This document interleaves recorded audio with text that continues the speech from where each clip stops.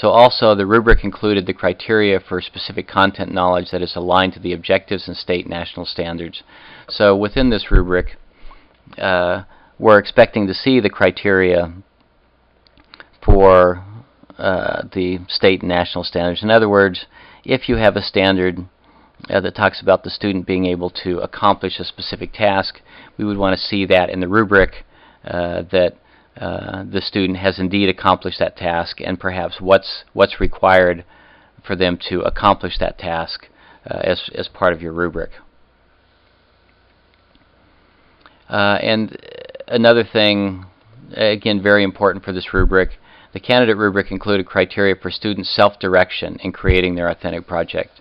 So it doesn't work to just have a criteria that says student demonstrates self-direction as your rubric criteria, because that doesn't mean anything. You know, what is it that makes self-direction, that shows the student what they're expected to do? If it's you know, finds websites, creates an outline, creates a list of websites to look in, etc.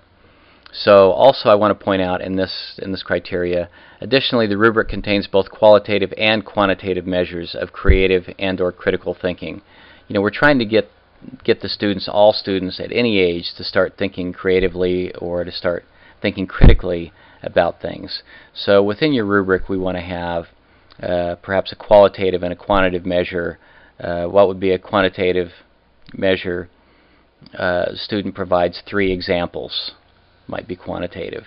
Or qualitative, student provides 3 examples that demonstrate the A, example 1, B, example 2, C, example 3 aspects. So again, these will be very specific to your project and to your teaching style, but it's important that those are in there.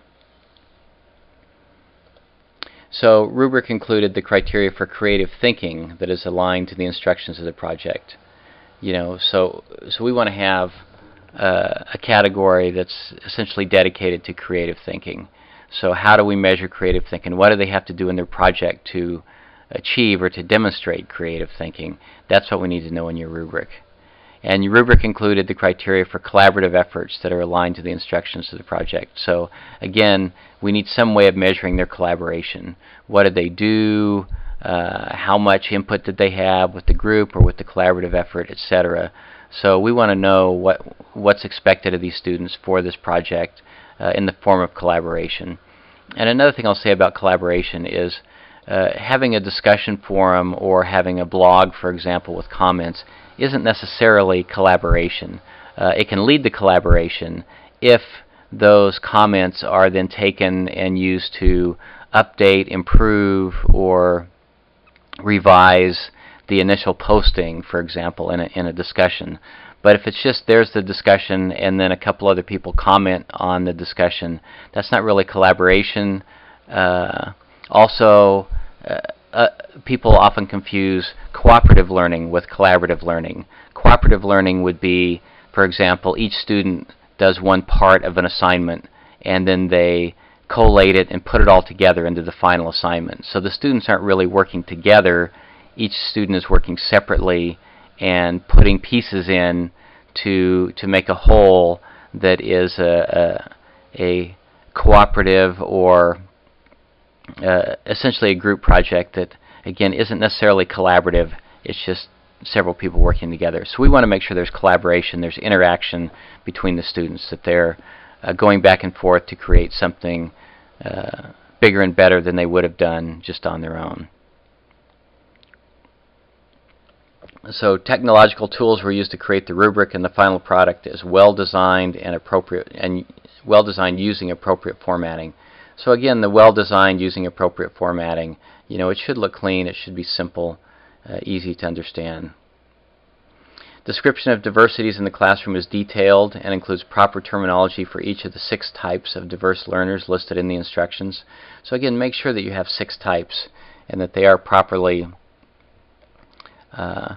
that you're referring to them properly, etc. Additionally, each description is supported by data collected through district data sources or learner analysis.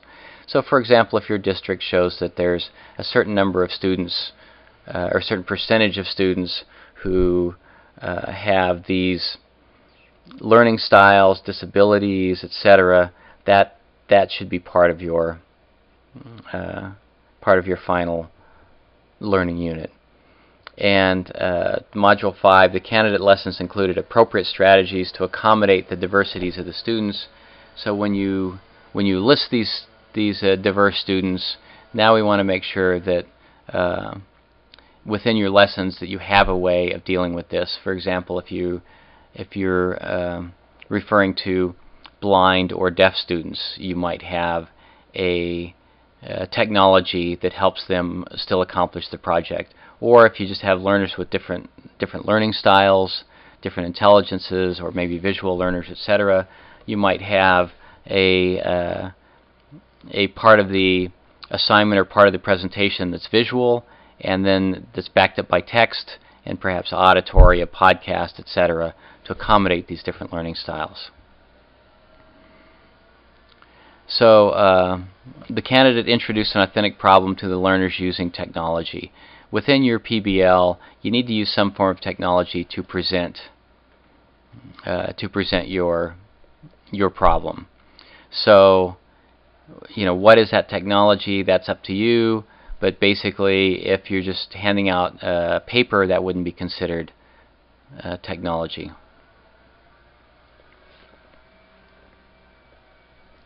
The candidate provided a digitally created graphic organizer for the learners to use as they participated in the introduction of an authentic problem. So again, you want to make sure that they have a graphic organizer, and that you include that. You create a graphic organizer and include that, and make sure that there's a link to it and that it's referenced. A candidate's lesson plan had sufficient detail so that another person could teach this lesson. If within your lesson plan it just says teach the basics of the Civil War, that doesn't really help somebody else teach the unit. You might know what those basics are, but we have to have more information so that another teacher could pick up the unit and go ahead and teach it. And that might include scripting or sample questions or answers for both the teacher and the learner. So the candidate's lesson plan included an appropriate objective, outcome, focusing objective. And I'll read the target criteria here. Introduction of authentic problem contains an objective or outcome that is appropriate for the target audience and content area and includes cross-curricular connections. So in other words, if you have an outcome that's presenting or that's creating a presentation, a PowerPoint presentation or whatever, which is commonly used for this assignment, perhaps a cross-curricular connection might be an aspect where they would present it in another class, or that at least you're involving, for example, historical items, etc. Just anything that involves more than just that piece of the curriculum, if it's math or whatever, that piece of the curriculum that the project is about. The candidate's lesson plan included the resources required to teach the lesson, technological or other. In other words, if you have items that you've created, videos, tutorials, charts, PowerPoint presentations, etc., we need to have those within the lesson so that the resources are there, ready for the student to use, or ready for a teacher to also introduce those pieces. And Module 3, Lesson A, the candidate created all of the technological resources needed and embedded them in the lesson, presentations, podcasts, videos, and other tools.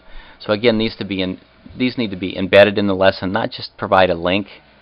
We want to have a way of just clicking on it and accessing that. And these elements need to be maybe not necessarily professionally designed and developed, but at least they should look professional for the audience that you're creating. So you might not be the best video creation person, but it should at least look like that it's appropriate for the class that you have.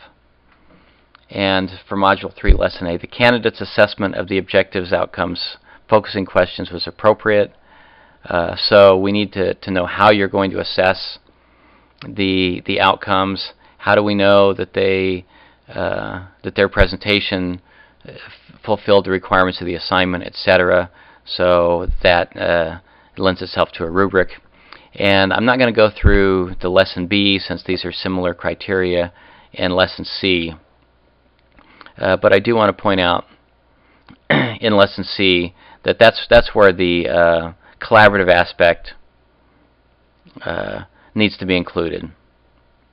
So make sure that that's a part of your assignment and of your assessment, that you're assessing their collaborative aspects. So I know this is kind of a long-winded lecture, but I wanted to point some of these things out so that you're familiar with the rubric. Make sure that you use this rubric, and make sure that all of the elements are included, because if it isn't included, then I'll definitely grade you down, and you might get a score of 0 for a particular category if something isn't included, and that just brings your score down. I want everybody to do well. I want everybody to get a good grade, and it's entirely possible, and the rubric should be your guide to achieving that goal. Thank you.